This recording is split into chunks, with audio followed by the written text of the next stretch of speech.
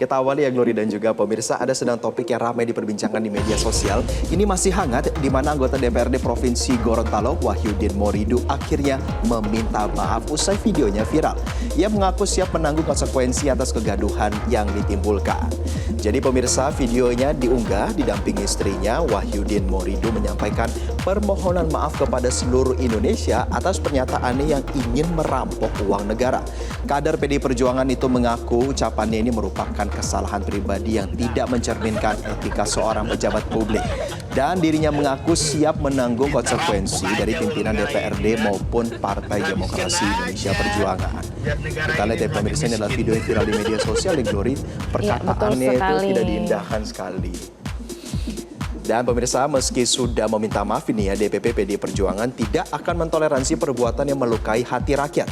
Ketua DPP PDI Perjuangan Bidang Kehormatan Partai Komarudin Watubun mengatakan PDI Perjuangan telah mengeluarkan sanksi pemecatan terhadap Wahyudin dan partainya akan segera melakukan pergantian antar waktu.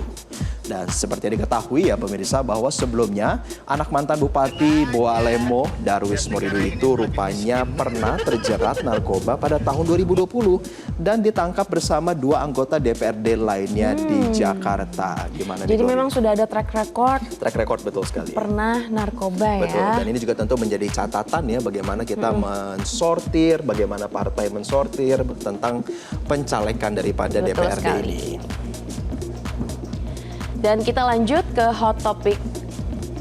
Dan kita lanjut ya pemirsa untuk ke hot topic yang kedua. Para siswa sekolah dasar negeri di Desa Payabaro, Kecamatan Meureubo di Kabupaten Aceh Barat Aceh menangis histeris. Pasalnya sekolah tempat mereka menuntut ilmu terancam ditutup.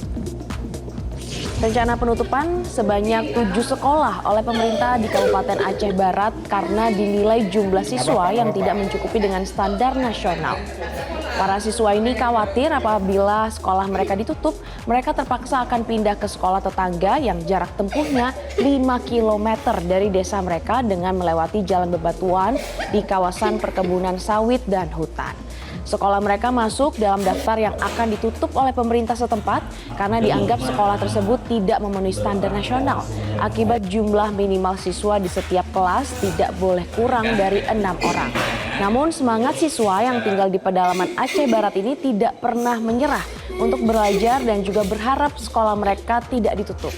Wah, kasihan sekali ya, Jose. Iya, kita melihat mereka ya. semangat sekali mau sekolah tapi apa boleh buat sekolahnya harus ditutup. Ya, tapi di sisi lain juga semoga pemerintah ada solusinya ya. Betul. Dan kita beralih ke hot topic lainnya pemirsa, ini dalam rangka menyambut Hari Ulang Tahun Tentara Nasional Indonesia yang ke-80 yang akan jatuh pada 5 Oktober mendatang nih. Pada Minggu pagi ini digelar Panglima TNI RAN 2025 di kawasan Silang Monas, Jakarta Pusat. Jadi pemirsa, Panglima TNI Jenderal TNI Agus Subianto ini membuka langsung acara Panglima TNI RAN 2025 dengan mengibarkan bendera flag off bersama Wakil Panglima TNI dan para Kepala Staf Angkatan.